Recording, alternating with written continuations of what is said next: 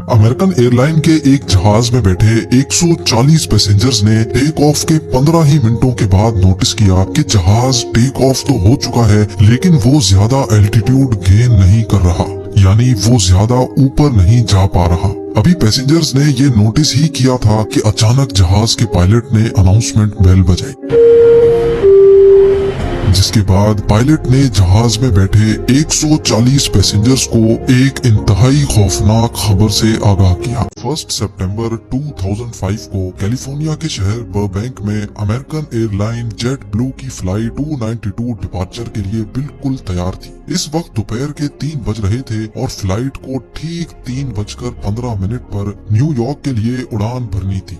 अभी तक सब कुछ प्लान के मुताबिक चल रहा था। जहाज में 140 पैसेंजर्स बैठ चुके थे और एयरलाइन क्रू ने सारा लगेज भी लोड कर दिया था। टेक ऑफ के लिए अगर इंतजार था तो सिर्फ कंट्रोल टावर के सिग्नल का। जैसे ही 3:15 हुए, जहाज के पायलट कैप्टन स्कॉट बर्क को कंट्रोल टावर से टेक ऑफ के लिए ग्रीन सिग्नल दिया गया और ठीक 2 मिनट के बाद यानी 3:17 पर जहाज ने बर्बैंक एयरपोर्ट को अलविदा कर दिया। ना ही पायलट को, ना ही क्रू को और ना ही जहाज में बैठे 140 पैसेंजर्स को इस बात का इल्म था कि थोड़ी ही देर बाद वो सब अपनी जिंदगी का खौफनाक लम्हा देखने जा रहे हैं। जहाज को टेक ऑफ किए अभी 15 मिनट ही गुजरे थे कि तमाम पैसेंजर्स ने नोटिस किया कि जहाज ज्यादा एल्टीट्यूड गेन नहीं कर रहा। इतने में कैप्टन स्कॉट ने जहाज में एक अनाउंसमेंट की, जिसमें उन्होंने सिर्फ ये कहा कि हमें टेक्निकल डिफिकल्टीज का सामना करना पड़ रहा है। ये जानने के बाद तमाम पैसेंजर्स के कान खड़े हो गए। किसी ने बोला कि जहाज का एक इंजन फेल हो गया है, तो किसी ने बोला कि शायद जहाज का इंजन मजीद ऊपर जाने की ताकत खो बैठा है। लेकिन असल मसला इससे भी ज्यादा खौफनाक था।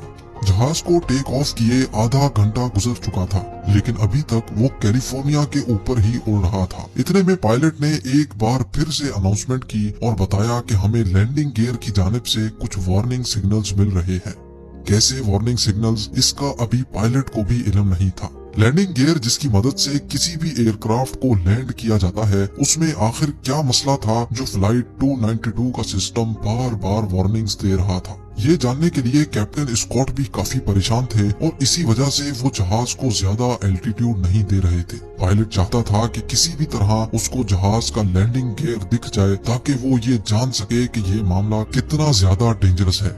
ये जानने के लिए कैप्टन ने फ्लाइट 292 का रुख लॉन्ग बीच एयरपोर्ट की तरफ मोड़ दिया और जहाज का एल्टीट्यूड बहुत कम कर दिया।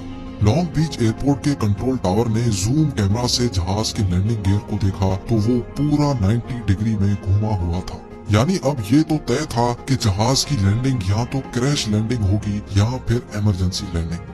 इस बुरी खबर को मिलने के बाद पायलट को कंट्रोल टावर से एक और बुरी खबर दी गई। जी हाँ, कंट्रोल टावर ने पायलट को इन्फॉर्म किया कि लॉन्ग बीच के लोकल न्यूज चैनल्स ने भी फ्लाइट 292 के लैंडिंग गियर की फुटेज रिकॉर्ड कर ली है और अब ये मामला लाइव पूरे अमेरिका के न्यूज चैनल्स पे दिखाया जा रहा है। न सिर्फ इतना, बल्कि ये न्यूज जहाज में बैठे पैसेंजर्स भी अपने अपने टीवी सेट पे देख सकते थे। अब जेट ब्लू को टेक ऑफ किए 50 मिनट से भी ज्यादा हो चुके थे और जहाज मुसलसल कैलिफोर्निया के ऊपर ही गर्दिश कर रहा था। लैंडिंग गियर को सीधा करने का अब कोई रास्ता नहीं बचा था। अगर इसी सूरत में जहाज को लैंड करने की कोशिश की गई तो फ्रिक्शन से पैदा होने वाली आग जहाज के विंग्स में मौजूद फ्यूल टैंक में आग भी भड़का सकती है, जिसके इंतहाई खौफनाक नताइज हो सकते हैं।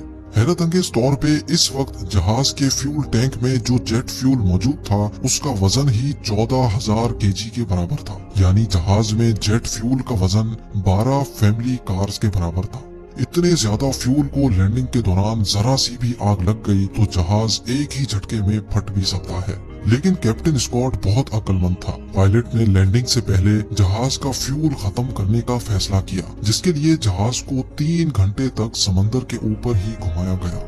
अब जहाज का फ्यूल सिर्फ इतना बच गया था कि वो सिर्फ आधा घंटा मजीद उड़ सकता था। ये आखिरी आधा घंटा फ्लाइट जेट ब्लू 292 और उसके अंदर मौजूद 140 पैसेंजर्स के लिए बहुत इम्पोर्टेंट था। कैप्टन ने जहाज को लॉस एंजलिस के एयरपोर्ट पर क्रैश लैंड कराने का फैसला किया। क्योंकि लॉस एंजलिस का एयरपोर्ट इस वक्त सबसे करीब था। कैप्टन ने लॉस एंजलिस टावर से कांटेक्ट किया और उनको हर किस्म की सिचुएशन के लिए तैयार रहने का कहा। यहाँ जहाज के अंदर मौजूद पैसेंजर्स जो टीवी चैनल पे ये मंजर लाइव देख रहे थे, उनके टेलीविजन सेट्स भी कैप्टन ने बंद कर दिए। अब जहाज के अंदर इंतहाई जज्बाती माहौल बन चुका था। एक शख्स ने ये सारा मंजर कैमरा पर रिकॉर्ड किया और अपनी फैमिली के लिए वीडियो मैसेज भी रिकॉर्ड कर लिया। जेट ब्लू 292 अब लॉस एंजलिस टावर के रडार पर आ चुका था और एयरपोर्ट क्रू ने जहाज को बचाने की सारी तैयारियां मुकम्मल कर ली थी। फायर ट्रक से लेकर एम्बुलेंसेस तक सब कुछ रेडी था। एयरपोर्ट टावर ने आखिरी बार जहाज के पायलट कैप्टन स्कॉट से कांटेक्ट किया और उनको लैंडिंग के लिए ग्रीन सिग्नल दिया। ग्रीन सिग्नल मिलते ही पायलट ने तमाम पैसेंजर्स को क्रैश पोजीशन में बैठने का कहा।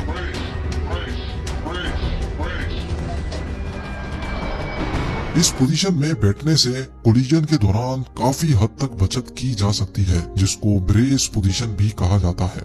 जहाज अब लॉस एंजलिस एयरपोर्ट रनवे तक पहुंच चुका था। पायलट ने बड़ी महारत से पहले जहाज के पिछले लैंडिंग गियर्स को जमीन से टच किया और आहिस्ता आहिस्ता जहाज की स्पीड कम की और आखिरकार वो घड़ी आ ही गई जब पायलट ने फ्रंट लैंडिंग गियर को जमीन से टच किया। लेकिन वही हुआ जिसका खौफ था। जमीन से टच होते ही फ्रिक्शन की वजह से लैंडिंग गियर में खौफनाक आग भड़क उठी। वो आग इतनी ज्यादा थी कि अंदर बैठे पैसेंजर्स को भी ठीक ठाक गर्माइश महसूस हुई थी। लेकिन दूसरे ही लम्हे एक लंबी खामोशी हो गई और जहाज खैर खैरियत से रुक चुका था।